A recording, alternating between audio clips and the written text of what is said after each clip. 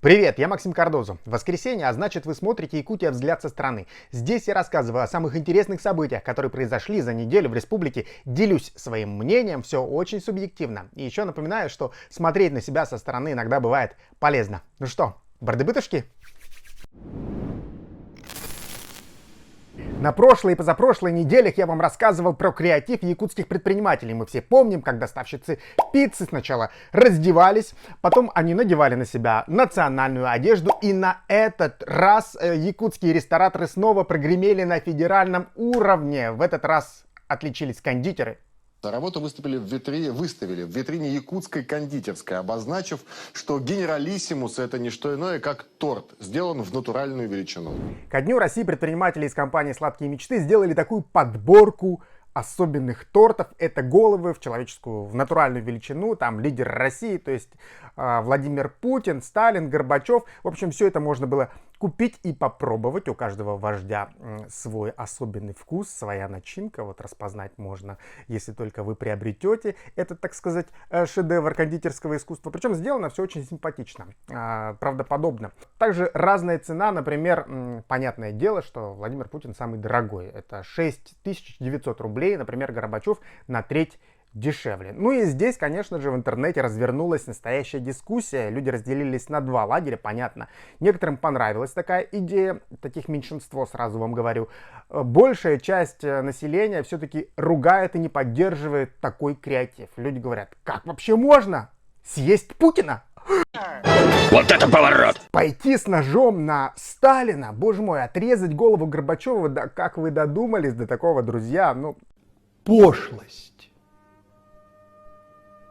Звенящая пошлость. выглядит ситуация действительно двояко. Здесь есть один нюансик. Я сначала хочу сказать, что ничего плохого в такой подаче материала я не вижу. В общем-то, люди креативят, они действуют в законодательном поле, они ничего не нарушают. Но все-таки вот мне всегда было интересно и странно, когда люди, например, на свое день рождения заказывают торт с изображением именинника. То есть, да, когда вот фотография на тортике, и потом уже тебя будут резать и есть. Это все похоже на какой-то очень странный ритуал, если честно. Ну нахер. Отец. Ну и, видимо, те же самые эмоции испытывают люди, которые, вот, так сказать, не хотят есть Сталина, например, или не хотят есть Горбачева или Владимира Путина. Ну, действительно, немножечко здесь есть, конечно, такой какой-то этический аспект. Но в любом случае это реклама. И она действительно сработала, как говорят сами предприниматели. К ним выстроилась очередь из новых клиентов. Особенно это важно сейчас в условиях пандемии, когда малое предпринимательство и среднее, оно терпит большие убытки. Ну и люди не хотят есть вот лидеров России. Они увидели, что можно, оказывается, сделать такой тортик и предлагают свои варианты. Например, любимых исполнителей, каких-то киногероев, из комиксов и так далее и тому подобное. В общем, для творчества огромный творческий, как говорится, этот полет. Что сказал? Ну ладно. В общем, огромный полет для творчества здесь. И главное, чтобы главное, чтобы тортики были вкусные. Вот это самое главное. Если кто-то покупал, пробовал, пишите в комментариях вообще, что вы думаете про такие идеи и затеи. Продолжая тему коронавируса, наверное, не столь явно, но посмотрим вот на это видео, оно появилось в соцсетях. Лосенок бегает по центру Чурапчи. Он пробежал по центру села, около администрации, искупался в озере и потом убежал в лес. Это даже засняли местные жители. Эту новость подхватили и Федеральное агентство информации. Вот, например, такое очень известное агентство МАШ, оно выпустило материальчик. Вот вы сейчас его можете видеть. Я вот стояла здесь, а вот лось вот пробежал вот прямо вот по этому. Ну и везде в информации пишут, что местные жители считают, что это не просто лосенок, не просто животное, а это дух природы, БНА, и он вот таким вот своим появлением благословил всех местных жителей. Даже пишут, что шаманы говорят, это знак, что скоро коронавирус уйдет. То есть эта зараза скоро нас покинет. Ну, будем надеяться, конечно, на это. Я считаю, что это хороший знак. Это как бы оптимизирует, улучшает настроение. Это поднимает дух какой-то такой природы. Появление дикого животного в центре населенного пункта — это неординарная история. Конечно же, это не лошадь и не корова. Хоть и Чарапча — это не такой уж большой какой-то город, да, но все равно появление вот этого лосенка, оно вызывает несколько вопросов. Почему он вышел к людям? Почему он вышел вообще из леса? Где его мама находится? Может быть, он бежит от кого-то? Или бежит от лесных пожаров? Что с ним будет дальше? У меня возникают такие почему-то вопросы, на которые нет ответов. Самая главная российская новость, которую обсуждала вся страна на этой неделе, это, конечно же, страшная авария, которая произошла в центре Москвы. Актер Михаил Ефремов пересек двойную сплошную, врезался в другую машину. В результате водитель той и второй машины, он погиб. В крови Михаила Ефремова нашли огромное количество алкоголя и наркотические вещества. Я не буду здесь много говорить, вы все прекрасно сами, наверное, знаете, слышали, читали, смотрели. История вообще удручающая, страшная. Человек сел пьяным за руль и убил другого человека. В общем, здесь мне интересно что? Мне интересно, как будет развиваться вообще этот процесс судебный. Все-таки Михаил Ефремов, он известный человек, хороший актер, популярный. Вокруг него огромное количество поклонников, которые любят его за, так сказать, за смелость, потому что Михаил Ефремов, знаете, обрел такой ореол сказителя правды, вот, он не боится высказывать свое мнение, в общем, многие ему симпатизируют. И вот что будет делать в этой ситуации, когда такая медийная большая личность попадает вот в эту неприятную историю, что будет делать суд, очень интересно, потому что это будет прецедент. Понятное дело, что его нужно наказать, он нарушил закон, он убил человека, но что это будет за наказание? Я считаю, 100% 12 лет, которые предусмотрены по этой статье, ему не дадут, но будет ли наказание более суровым или оно будет смягчено, и как потом это решение повлияет на общество. Вот за этим мне интересно следить. И, конечно же, пьяными за руль вообще садиться нельзя, это вообще жесть просто. И сразу же за Ефремовым появилась новость, что знаменитая блогерша, телеведущая Анастасия Девлеева, значит, она отмечала 17-миллионного подписчика у себя в соцсетях, устроила праздник, пила шампанское на камеру, потом села за руль и тоже транслировала то, что она вот сидит за рулем и попила шампанское. Так, ребятушки, сразу опережаю ваши вопросы по поводу предыдущих сторис, потому что мне в директ написали, что ты же была с шампанским, а сейчас ты за рулем.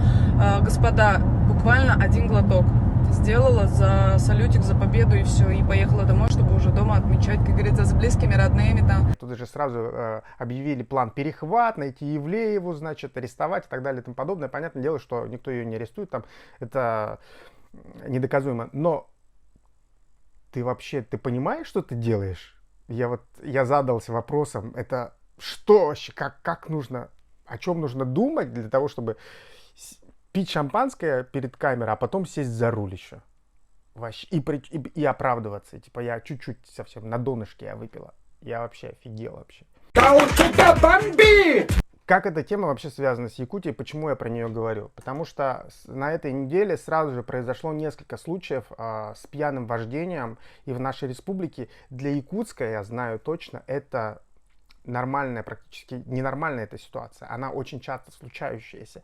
И, конечно же, она влечет за собой какие-то трагедии. Вот, например, это видео появилось в соцсетях. В Хангаласском Улусе, значит, мужчина убегал на своем ВАЗике от полицейских. В итоге он был пьян, как выяснилось. Слава богу, что он никому не навредил, никому не убил, ни во что не врезался. История печальнее произошла в центре Якутска, около парка культуры. Там женщина 38-летняя сбила пенсионерку. Пенсионерка получила перелом и ушиб головы. Женщина, вот, которая была за рулем, она была пьяна. Вообще я не понимаю. Закажите себе такси, если вам куда-то нужно поехать. Зачем вы садитесь за руль? Напишите в комментариях, что вы думаете по этому поводу, потому что здесь, конечно, никаких слов у меня нет. Ну а следующая новость связана с благоустройством городской среды. В Якутске решили высадить цветы. Наконец-то появится фитостена. И 6000 кустарников и деревьев тоже будет высажено в городе. Но с цветами понятное дело. То есть они разукрасят клумбы. А что это будут за деревья, это, конечно, большой вопрос. Я как-то смотрел интервью мэра Якутска Сарданы Авсентьевой, Алене Алексеевой. И там она говорила очень правильные вещи, что нужно высаживать уже взрослые деревья для того, чтобы сразу преображалось пространство вокруг. Это и тень, это и большое дерево, это просто красиво. И вполне возможно, что оно выживет, да, если за ним хорошо ухаживать. Но будут ли эти 6000 деревьев и кустарников взрослыми, я вот не знаю. Если вы видите, что у вас что-то высаживают, тоже напишите в комментариях, поделитесь. Я, как помню озеленение в Якутске в свои студенческие годы, весной и осенью всех студентов, значит, выгоняли на улицу, привозили грузовики, значит, с маленькими вот такими вот березочками, ивником вот этим вот, и, значит, все это студенты втыкали в глину. Где-то, значит, возле Якутска исчезала березовая роща, потому что ее просто выкапывали и привозили в город, потому что это же не в питомнике наверняка покупали. Ну вот, и потом все эти растения в течение нескольких месяцев погибали. То есть практически ничего не выживало. Потому что за деревьями нужно следить, нужно делать, например, как в других больших городах России. Это хорошие примеры. Вот в Москве, как это делают? Высаживают большое дерево и ухаживают за ним, и сразу же преображается все вокруг. И, конечно, Якутску нужна зелень. Город у нас не зеленый, у нас всего лишь один парк, и то он небольшой. И, конечно, будет очень круто, если мэр сдержит обещания и будут сажать действительно большие деревья, но они просто дорогие. Предусмотрено, кажется, 12 миллионов рублей, но насколько хватит этих денег для того, чтобы грамотно озеленить тот или иной участок. В Алекминском улусе на месте будущего проведения Эсэха Олонхо появился арт-объект. Вот этот конь-тягач. Очень красивая скульптура из дерева, из деревянных брусков соединенная. Такой получается 3D-эффект. Да, такой объем даже видно на фотографиях, что сделано это очень хорошо, с любовью. И причем недорого. Мне кажется, это все-таки не железо, не бронза. Это подручные материалы, деревянные, соединенные, просто очень хорошо и креативно. Это еще такой один объект притяжения будет в городе. И у Алекминска еще появится вот такое вот свое неординарное дополнительное лицо. Нужно же беречь все, что делается, вся красота, которая создается, ее же очень легко и уничтожить. И вполне возможно, что кому-то этот конь и не понравится, и он что-то с ним сделает. Далеко ходить за примером не нужно. Уничтожение своей среды вообще и отношения к своему городу, где ты живешь, вот этого вот ужасного хамского свинского, я бы сказал. На этой неделе в Якутске женщина бросила, значит, с балкона, с 8-го этажа бутылку с алкоголем. Ну, то есть она выпила сначала, конечно же, не целую же бросать, понятное дело. То есть пустую бутылку она выпила и бросила с балкона вниз. Остановитесь!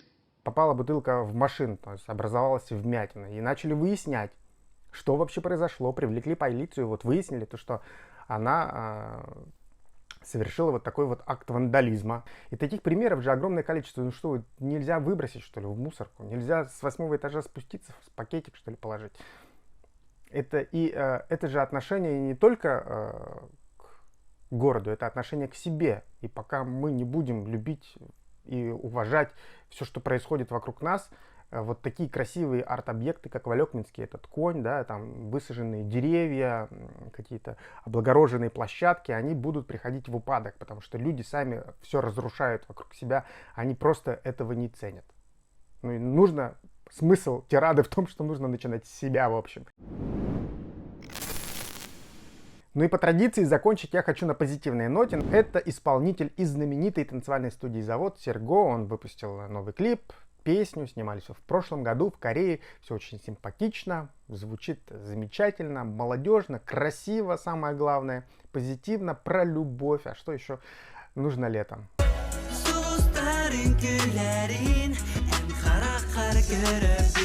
Ну и еще немножко музыкальных новостей. На этой неделе здесь, в Москве, мне удалось пообщаться с Легентерием.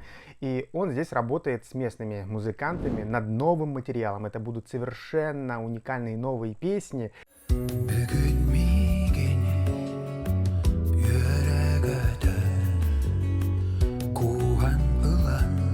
оценить все фишки записанного здесь в Москве материала вы сможете летом, потому что планируется большой гастрольный тур по Якутии, который стартует с Алдана, потом Якутск и другие города и села нашей большой республики, в которых будет выступать Легентэй с живыми музыкантами. В общем, на это нужно будет посмотреть, я думаю, будет классно. И к чему я это все? А к тому, что творчество — это круто, друзья.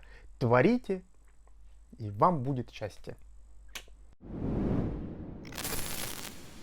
На этом у меня все. Ставим лайки, подписываемся, нажимаем на колокольчик. Ну и встретимся в следующее воскресенье. Меня зовут Максим Кардозу. Всем пока.